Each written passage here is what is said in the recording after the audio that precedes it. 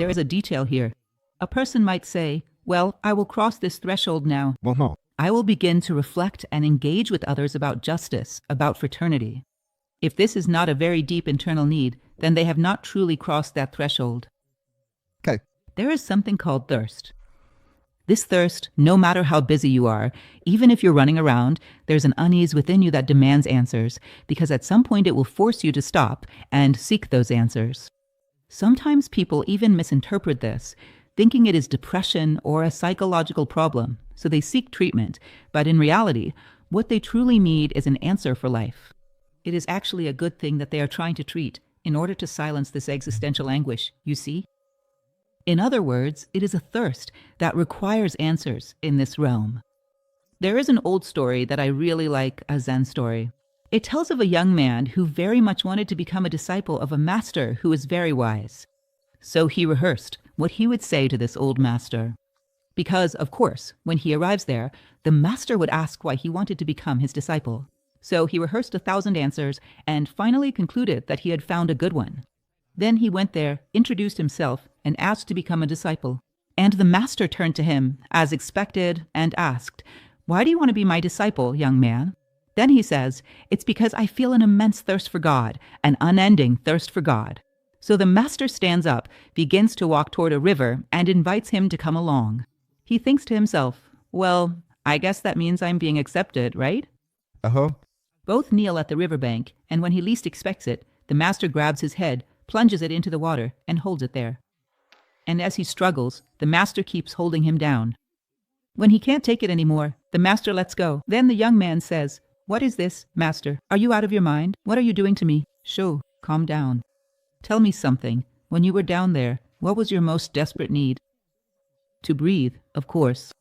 "Exactly. When you thirst for God as desperately as you needed to breathe down there, come find me and I will accept you." Do you see how this is something that can't be faked? This is within you. And sometimes it is misunderstood. It is seen as a problem. Sometimes it is a jewel. It is your soul wanting to emerge, and people interpret it as a problem and try to silence that voice. But it's also because it hurts, right? Let's see.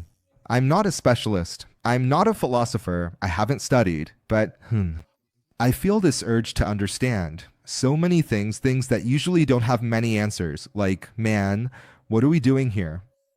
Is there something that unites all of this? Because no matter how much at least how much I read, how much I study, whatever it is for me, the only certainty is a great uncertainty. And that hurts. It's uncomfortable in a way that it's almost unbearable. You know what I mean? Yeah, I suppose that. Well, since you've been in philosophy for so long, you must even be used to the idea that there is no perfect answer, right? Or maybe there is, but so far I haven't found an answer one that couldn't possibly change tomorrow, you know? Uh-huh. So it's very uncomfortable. It hurts. It's painful, actually. It's true, it is painful. But there's something even worse, which is the pain of alienation. It's 1,000 times worse. But alienation doesn't seem, it feels more comfortable. Oh, it's a massacre. There is something inside you that came into this world to deliver a message. No one is here by chance. Each of us has something to contribute to the world. And that thing is stifled inside you, and you don't know what it is. And you ignore it, and you don't allow it to manifest. And whatever you do, it never brings complete happiness. You have to keep searching for something else, and then something else. It's as if you were a pregnant woman who doesn't want to let the child be born. Alienation is a terrible pain. Much worse. In other words, the search is painful because it is never fully satisfied. But there is a degree of fulfillment that grows within you along the way. There is a great thinker, Helena Blavatsky, who used to say, "Whoever does their best does all that can be expected of them at that moment." So, if I do my best to seek today, I am well. I am at peace with heaven and earth. I sleep the sleep of the just. Now, a person who has not sought, who has done absolutely nothing, lives with an anguish whose source they cannot identify. Yes. Well, I sometimes find myself thinking about this idea of doing your best. Maybe it has something to do with the times we are living in, but I like to believe that I do my best. I don't know.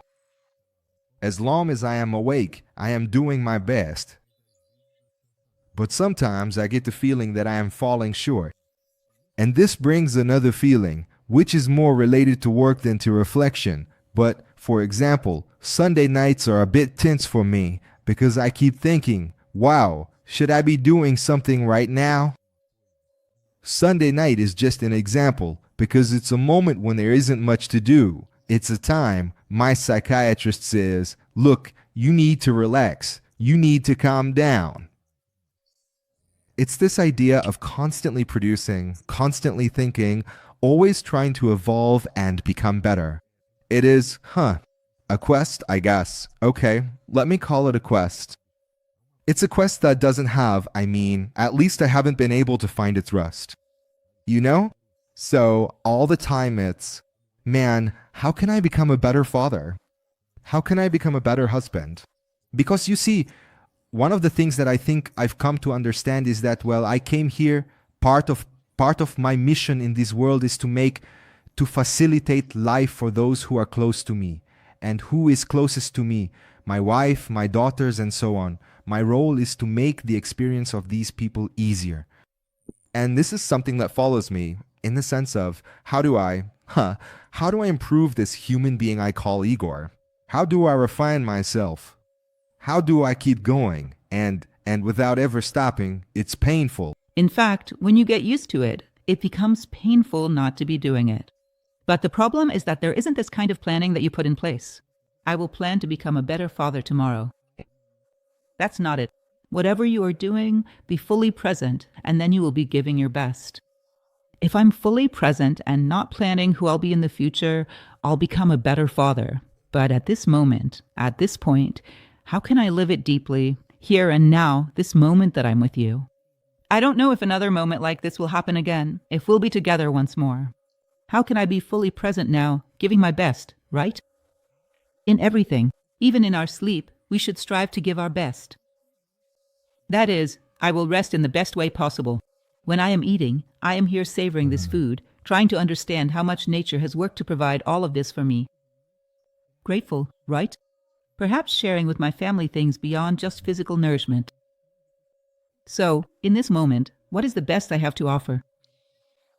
And it's peaceful, it's peaceful. This happens in a very natural way. It's simply a matter of being whole, body, mind, and soul, fully present, To be whole. In the present, always. I understand. Yes, I have a lot to think about after I leave here.